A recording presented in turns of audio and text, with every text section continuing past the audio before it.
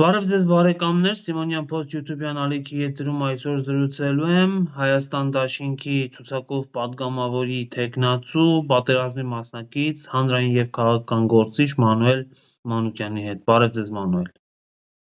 Բարև ձեզ։ Վերջին օրերին Նիկոլ Փաշինյանի կողմից մի հայտարարություն եղավ, որը շատ քննադատվեց եւ քննարկվեց իշխանությունների այդ ներողություն ընդդիմության կողմից եւ հանրության կողմից։ Ես վերջերս դիտում էի Տիգրան Պասկևիչյանի ֆիլմը նվիրված Ղարաբաղյան շարժմանը, եւ որտեղ մանրամասն նկարագրվում էր, թե ինչի համար է ծագել Ղարաբաղյան շարժումը, որ Ադրբեջանում միշտ եղել է խտրական եւ վատ վերաբերմունք հայերի եւ հատկապես արցախահայերի նկատմամբ եւ դա բնական պահանջ էր, հա, արցախցիների իրավունքն էր ըստ էության անջատվել ադրբեջանական ԽՍՀ-ից, ադրբեջանական խորհրդային սոցիալիստական հանրապետությունից եւ միանալ սովետական Հայաստանին։ Նիկոլ Փաշինյանը բայց դա համարում է սխալ, մեր պատմական սխալ է եւ ասում է, որ Ղարաբաղյան շարժումը ընդհանրապես պետք է չլիներ։ Ինչպես կարող եք դուք մեկնաբանել։ Տեսեք Կոյրուն ջան, Նիկոլ Փաշինյանը նախ անգրագետ, կիսագրագետ լավ անձնավորություն է, սկսենք այդտեղից, նա պատմությունը ընդհանրապես չի տիրապետում, չի հասկանում, չի գիտակցում, բացի դրանից Նիկոլ Փաշինյանը չի գրում հայկական արժեքներ իր մեջ եւ հետո բացի դրանից նաեւ Նիկոլ Փաշինյանը փորձում է հաճոյանալ Ալիևին եւ Էրդողանին այդ թեզերով։ Նայեք, Ղարաբաղյան շարժումը, հողերը, երբ որ հայտարարում է, որ այդ հողերը մերը չեն եղել, այն ինչ որ գրել է իր գրքում, նա արդեն այսօր այդ հաստատում է։ Երբ որ ասում է ես սրանից առաջ ես էլ էի ձերպես մտածում, այդ գաղափարներով առաջնորդվում, նա ստում է։ Որովհետև դրանից առաջ իր գրքում դեռ 2013-ին, թե չգիտեմ դրանից հետո, համենայնդեպս դրանից առաջ մինչև 2018 թիվը նա արդեն իսկ արձանագրել է իր գրքում, որ այդ հողերը մեզ պետք չեն։ Այսինքն մշտապես նա եղել է այդ գաղափարները կրողը իր ներսում։ Այսինքն հիմա նա դեմ է գնում Արցախյան պատերազմում զոհված հերոսներին առաջին հերթին։ Նա սրանով նսեմացնում է այդ հերոսների գործը, նա սրանով կասկածի տակ է դնում բոլոր հերոսների հերոսական ուղին եւ սրա վերաբերյալ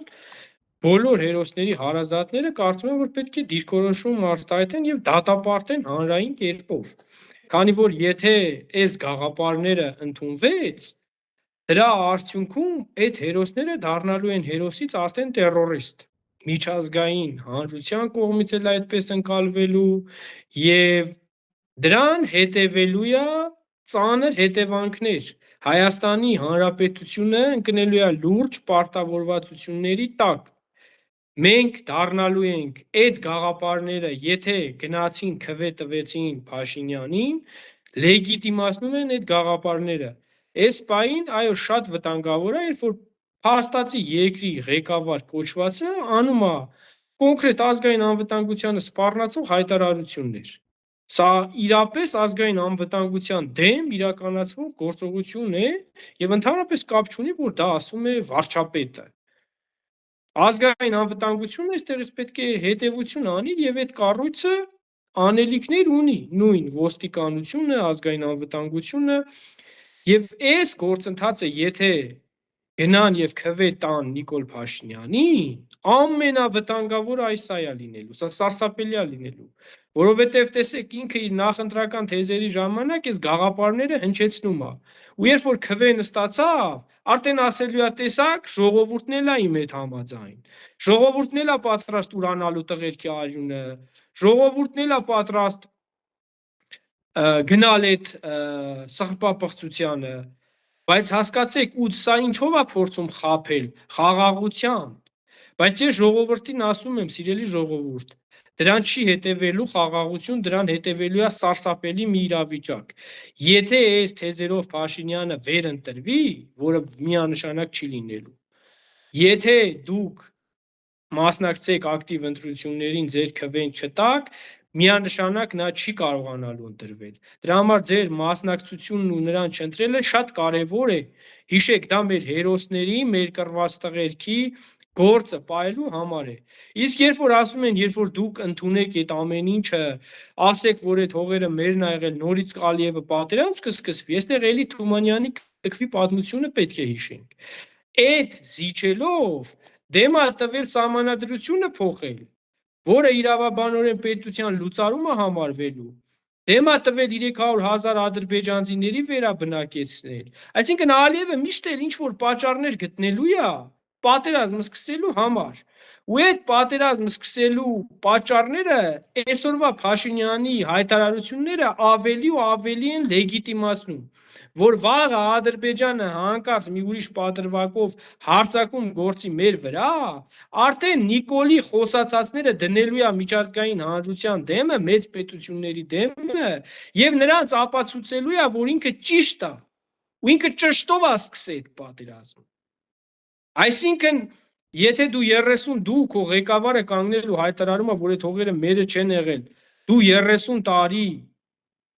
այդ հողերը դառնում ես օկուպացրած երկիր, ու դու դրա համար փոխհատուցում ես քեզանից պահանջելու, չտվեցիր, հարձակվելու է։ Ու միջազգային հանրությանը ասելու է նայի, ինքն է իր բերանով ընդունել, որ այդ իմ հողերն է։ Իրանից առաջներն են արեդ հեկուս, կապ չունի, թող ինքը վերցնի այդ պատասխանատվությունը իր վրա, իմ փոխհատուցումը տա։ 30 տարի ես վնաս եմ կրել դրա պատճառով։ Ու միլիարդավոր դոլարներ ամեն հայի վզին դրվելու է։ Ու ժողովրդին պետքա բացատրվի այս ամեն ինչի վտանգավորությունը, այս սրա թեզերի, որ ինքը այսօր հանուն աթոռի ուզում է Ալիևին, Էրդողանին հաճոյանալով, նրանց վրա հենվելով, թքած ունենալով հայկական պետական շահի վրա, ուզում է գա ամեն ձևի հասնի այդ աթոռին ու ազգին դարձնի ստրուկ, բառի ուղիղ իմաստով Ալիևի դիմաց, մեր ժողովուրդը կարծում են, որ պետքա սա հասկանա։ Հասկանում եք, նա Վազգեն Սարգսյանին, Մոնթեին համարում է, որ այդ մարտիկ այնքան չեն հասկացել, այս հայտարարությունը կոնկրետ այդ կռված հերոսացած տղերքի գործի դեմ է։ Առաջին հերթին, որովհետև Արցախյան շարժման համար, հողերի ազատագրման համար ամենաշատ ավանդ ունեն արած դրած մեր հերոսները, ճիշտ է։ Իսկ մեր հերոսներին այսօր այդ մարդը ասում է, որ իրանք սխալ բան են արել, ճակատագրական սխալ են արել։ Մոնթեն, երբ որ Սփյուռքից եկել է, արյունա դրել այդ հողի համար, այսօր Մոնթեին այդ մարդը իր չծառայած դասալիկ հալով փորձում է սխալ հանի։ Փորձում է ցույց տա, որ Մոնթեն սխալ է եղել։ Որ Մոնթեն սխալ է եղել, որ զենքը վերցրել է իր հողի ու իր հայրենիքի համար պայքարել է։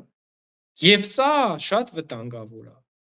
Սա յուրաքանչյուր հայ պետք է հասկանա,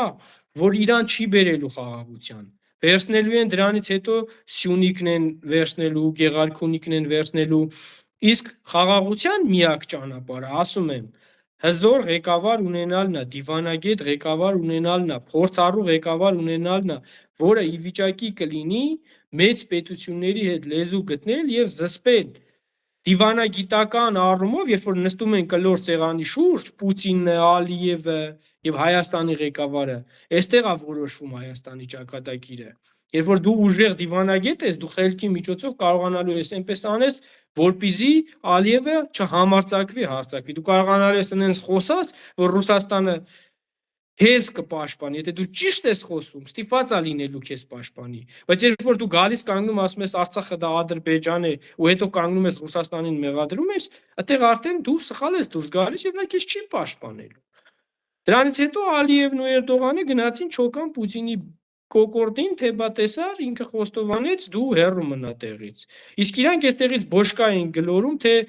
տեսեք, ռուսները մեզ չպաշտպանեցին։ Դուք չեք ուզում, դուք փաստացի թղթի վրա չեք ուզում, որ ռուսները մեզ պաշտպանեն, բայց հարցազրույցների մեջ գոռում եք, թե մեզ չպաշտպանեցին։ Դուք մարտական դրություն, ռազմական դրություն չեք հայտարարել, մարտական գործողություն չեք իրականացրել, ասում եք, թող ռուսները գնան կռվեն։ Սա ժողովուրդը պետք է հասկանա, որ այո, ռուսները մեզ ամբողջությամբ կպաշտպանեն, կկանգնեն մեր կողքին, եթե մենք մեզ ճիշտ պահենք, ճիշտ դիվանագիտություն բանեցնենք, նույնը արևմուտքին է վերաբերվում, այնտեղ էլ էլի մեզ կհարկեն, ես նորից եմ ասում, Ոչ մի ղեկավարի չի հարգի ոչ մի նորմալ պետություն ու այդ պետության ղեկավար, եթե նա իր 30 տարի արյան պահած զինվորի հողը դնի ուրանա։ Եթե այսպիսի բան կար, գոնե 91 թվականներին, տեսեք, ասում ենք ինչով է Ղարաբաղյան շարժումը առաջացել։ Մարդկանց ճնշել են, մարդկանց մեջ խտրականություն են դրել, երբ որ ասում եմ սովետի իշխանությունը տարբեր է, դուք Ալիևի իշխանության հետ մի համեմատեք, ու երբ որ սովետի ժամանակ կարացել են ինչ որտեղ իրար հետ ապրեն, պետք է մեր ժողովուրդը հասկանա, որ դա եղել է Ալիև, ոչ թե Ալիևի իշխանություն, այլ դա եղել է սովետի իշխանություն։ Այս վտանգավորությունն է, որ այսօր մարդկանց ասում են, դե տեսակ 91-ից առաջ ապրում էինք, ամեն ինչ նորմալ էր, Ալիևի իշխանության ներքո գնացեք հիմա Արցախում դե ապրեք, ապացուցեք ժողովրդին, որ այդպես է։ Պուտինի կողմից վերջնագիրը եղավ եւ ասում է նորմալ գոնե ապահարզան տա Հայաստանը, այսինքն Հայաստանին կնոջ կերպարի հետ է համեմատում երևի թե Պուտինը կամ գուցե ամուսնու, չգիտեմ, բայց այնուամենայնիվ ասելիքը հետևյալն է, որ պետք է Հայաստանը արդեն ի վերջո կողմնորոշվի Ռուսաստանի հետ է, թե Ռուսաստանի դեմ է։ Եվ այսօր Փաշինյանը փորձեց կրկին հայտարարել, որ ինքը հակառուսական քայլեր չի անի, որ մենք Ռուսաստանի հետ կլինենք, քանի դեռ մեզ չեն ընդունել Եվրոպական միություն եւ այլն եւ այլն եւ այլն։ Ինչ է կարծում, Ռուսաստանը կշարունակի այս կարգավիճակով Հայաստանի հետ համագործակցել, թե մենք արդեն այդ վտանգի տակ ենք, որպեսզի հայտնվենք ուկրաինացման ուրեմն կարգավիճակում։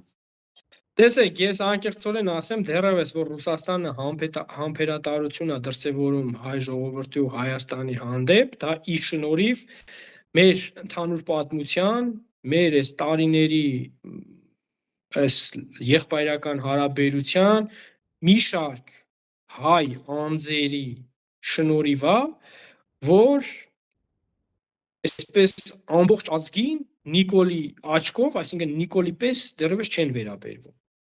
Եվ միանշանակ Ռուսաստանը շատ չոր պատասխան է տալու մեզ այս ամեն ինչի համար, անկախ ամեն ինչից, որովհետև եւ նաեւ մի բան էլ կարող եմ շեշտել, որ Փաշինյանը անպայման հակառուսականություն է դրսևորելու եւ դա անմիջապես շատ սուր ձևով տեսնելու եք ընտրություններից հետո, իհարկե Աստված չանի, եթե հանկարծ ու հանկարծ որևիցե ձևով հաջողվի նրան ընտրվել, նա անմիջապես 102 բազան հանելու հարց է դնելու ու ամբողջությամբ Ռուսաստանից ազատվելու հարց։ Ինչու հիմա չի անում, ինչու հիմա չի հայտարարում, որ կարողանա վերընտրվել։ Փորձում է կոպիտ ասած ռուսներին ֆրծնի, քցի, խափի իր ժուլիկությունը անի, էլի։ Ընտրվի, նոր գնա այդ քայլերին, չանկայունանա այս ընտրական շրջանում իրավիճակը։ Իսկ իր այսօրվա պատասխանից ռուսները կարծում են պետք է որ կամ Մակրոն հենց այստեղ բերելուց, Զելենսկուն այստեղ բերելուց եւ այդպիսի հնարավորություն տալուց Ռուսաստանի հասցեին խոսալու մասով կարծում եմ ռուսները պետք է հասկանան, որ Նիկոլ Փաշինյանը իրենց կոպիտ ասած շպրտում է օր-օրի, ժամ-ժամի։ Մեծ հաշվով ոչ թե ռուսներին է շպրտում, այլ Հայաստանը բերում է աղետի մեջ է մտցնում։ Բայց ռուսներից ինքը հեռանում է։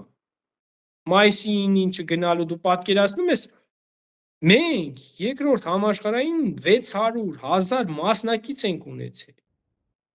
Այդ հերոսամարտը Նիկոլի համար ավելի ոչ կարևոր էր, քան իր մի օրվա քարոզարշավը։ Սա սրբապղծության ինչ աշճան պետք է լինի, որ մարդ կանգնի այդքան մեծ ձեռքբերումը հայրենական մեծ պատերազմի ֆաշիստի դեմ իրականացվող այդ կարևոր պատերազմում հաղթանակի մեջ մենք ունեցել ենք փառահեղ դեր, մարշալներ, հերոսներ ու ամբողջ աշխարհն է դրա մասին խոսել։ Այսօր այս ոչնչությունը, ասում եմ, ես Ռուսաստանի Դաշնության ղեկավարին ասեցի, որ քարոզարշավի մեջ չեմ կարողանալու գալ։ Այսինքն, այստեղից էլ պետք է հայ ազգը հասկանա, որ Նիկոլ Փաշինյանին բացի իր աթոռից, իր անձնական շահերից, ինչ պատմություն, ինչ հայրենիք, ինչ ազգային արժեքներ, հասկանու՞մ ես, այս փաստեր են։ Նիկոլի խելք ու միտքը ամեն ինչ անի, շատ քվետ անի։ Բռնի փողոցում միամիտ մարդու կարանա գոնե համոզի, այդ մի մարդու քվեն տանի, ամբողջ ուժը, ռեսուրսը, ամեն ինչ այսօր ուղղելա դրան, հելը ընկելա ցինիկի անինքնասերի պես փողոցներ, չնայած տեսնում ենք, որ համատարած ժողովուրդը մերժում է, չնայած ինչքան էլ մերժի, պադոշա, անինքնասերա, ինչքան թքեն երեսին, էլի պադոշը, հեսա գնալու է տուն, լողանա առավոտ պադոշը քաշի երեսին, էլի հերնի ժողովրդի մեջ։ Բուկլետը տալիս է, քարտեզը տալիս է, չեն վերցնում։ Թքում են երեսին եւ ճանապարհում են։ Հասկանում ես, այստեղ պրոբլեմը հենց դա է, որ պետքա կարողանանք այդ ամեն ինչը փոխել, կարողանանք մեր ժողովրդին բացատրել եւ հասկացնել, որ պետք չի նրան քվե տալ։ Քիչ առաջ մի տեսանյութ էր տարածվում սոցիալական հարթակներով, ավելի այսպես բուրըն տարածվում է TikTok-ով, երևի դուք էլ տեսած կլինեք, մի տղա այսպես երկար մազերով երիտասարդ փոխում է Հայաստան Դաշինքի պաստառները ինչ որ պատից եւ ասում է սա հուշարձան է, իմ պապերի հուշարձանն է, դուք տեսել եք այդ տեսանյութը, ինչի մասին է։ Ճիշտ ասած չեմ տեսել դեռ, չեմ տեսել այդ տեսանյութը, չգիտեմ որտեղ է փակցրած եղել, չեմ կարող ասեմ ինչ է դեր ունեցել էլի։ Հասկանալի է, շատ լավ, շնորհակալ եմ այս զրույցի համար, ձեր կարոզ արշավը մեկ ամիս կա, առիթներ շատ կունեն, գիտեպ նաև մոռացա հարցնել, երեկվա Փաշինյանի այդ բուրըն սիրո խոստովանությունը ձեզ ջերմացրեց, երբ որ ասում էր սիրում եմ ձեզ։ Միանշանակ դա կեղծավորություն է եւ ակնհայտ է այդ կեղծավորությունը։ Ես էլ ասում եմ, եթե իրապես զղջում եւ սիրում է, թող գոնե իր մի ձեռքը կտրի։ Հասկանում ես, այդ լեզվով խոսալը այդ ուրիշ բան է։ Այսինքն ինքը նա ընդունում է, որ ինքը մեղավոր է 5000 տղերքի զոհվելու մեջ, ասում է, որ մեղավոր եմ, ընդունում եմ, խոնարհվում եմ, կներեք, լացում է, չէ։ Ասում եմ աղվեսություն է անում, խափում է, անգամ եթե ինքը իր մեղքը ընդունել է, ինքը եթե կտրի այդ ժողովրդի առաջ իր մի ձեռքը, կասենք, որ այս մարդը իր սխալը ընդունեց ու իրան պատժեց, ճիշտ է։ Պատժեց, այս մարդը իր սխալը ինչ որ չափով ընդունեց։ Ինքը մենակ այդ կարա անի, իդեպ կաշխատի։ Եթե նա դա անի, շատ հնարավոր է շատ մարդիկ իրան քվե տան։ Ասեն, որ այս մարդը իրոք սիրում է։ Եթե համարձակ տղամարդ լինի, կկտրի գոնե իրան մի ձեռը։ Շատ մարդիկ ասում են այդ պատերազմից հետո ինքը իրան պետք է խփեր օրենքով, որ պարտվել է, որ իր արժանապատվությունը գոնե պահեր։ Բայց ես այդ էլ չեմ ասում։ Ինքը շատ է երևի ուզում ապրի, վախկոտ մարդ է։ Դրա համար գոնե իր մի ձեռը թող կտրի, ժողովրդին ապացուցի, որ ինքը իրան պատժեց։ Որ ինքը զղջում է իր արածների համար։ Կարա, ունի այդ տղամարդկությունը։ Ասում եմ, աշխատող տարբերակ է, թող առաջարկեն իրան։ Կարող է շատերը այդ դեպքում հավատան, թե չէ իր արցունքներին, վժալուն, ճվալուն, պոլին կարան գնի թպրտա, ինքը ինքան խորամանկ անես բաներ անում, որ իրան վնաս չլինի, չեք տենում։ Իսկ եթե զղջար իրապես իրան կպատժեր, չէ։ Ամեն դեպքում ես մարմնական պատիժներին դեմ եմ, հուսանք Էդի մարմնական չէ, սեփական, նայ ես չեմ ասում ինչ որ մեկը իրան դա անի։ Ինքը իրան պետք է պատժի իր մեղքերի համար, ավելի կթեթևացնի իր մեղքերը։ Եվ քաշը եւս երևի եթե ձեռը կտրի։ Քաշը այդ ուրեմն փորի հետ պետք է մի բան անի, ես չգիտեմ, քաշը ձեռով դժվար շատ թեթևանա, որտեվ ձեռը մեծ քաշ չունի։ Ականջները կամ փորը ծանր իրա վրա ես չգիտեմ։ Ես ինչ եմ ուզում ասեմ, մարդ եթե խղճի, խայտ ունի, այդ ոնց է մենք ասենք ջարդած ձեռներով պետք է շարունակենք ապրել իր սխալների ու մեղքերի պատճառով։ Հազարավոր տղերք այսօր խեղված ճակատագրերով պետք է շարունակեն ապրել։ Բայց ինքը եթե մեղքի զգացողություն ունենա, ինքը չի թողի, որ ուրիշները իրան պատժեն։ Ինքը իրան կպատժի։ Այդ ոնց է, եթե արժանապատիվ տղամարդ է, այդ տղամարդն է, որ իր սխալները հասկանալով ինքը իրան պատժում է։ Լավ, մի հատ sense հաստամ, դուք մտածում եք Ռոբերտ Քոչարյանը չէր կարա չնստեր բանտ։ Ինչ է կարծում, չէր կարա գնար Ռուսաստան, գնար մի երկիր իր համար հանգիստ խաղաղ իր կյանքը ապրել։ Ես վստահ ձեզ ասում եմ, որ կարար։ Բայց տղամարդը այն տղամարդն է, որը իր սխալների ու իր ամեն ինչ համար հենց ինքն է իրան պատժում։ Ինքն է իր ամեն ինչը, իր սխալներն ու բաստողումները ընդունում, ու ինքը իրան իր սխալների համար պատժում է, որովհետև անսխալական մարդ չկա այս կյանքում, որ ինքը ավելի լավ հասկանա։ Ու սա տղամարդկային մի հատ ուրիշ տեսակ է, որը Նիկոլենց ու Նիկոլենց թիմին ընդհանրապես հասու չի։ Այս զրույցը, որ հիմա ես ասում եմ, սրանք իրապես անում են տղամարդիկ, համարձակ տղամարդիկ ու ուժեղ տղամարդիկ։ Ու այդպիսի տղամարդիկ իրականում ես ՔՊ-ի շարքերում դեռևս տեսած չկամ։ Շատ լավ Մանուել, հետևենք քարոզարշավի ընթացքին, գնալով ավելի կթեժանա, մեզ էլ դեռ առիթ կլինի զրուցելու։ Շատ լավ, շնորհակալություն։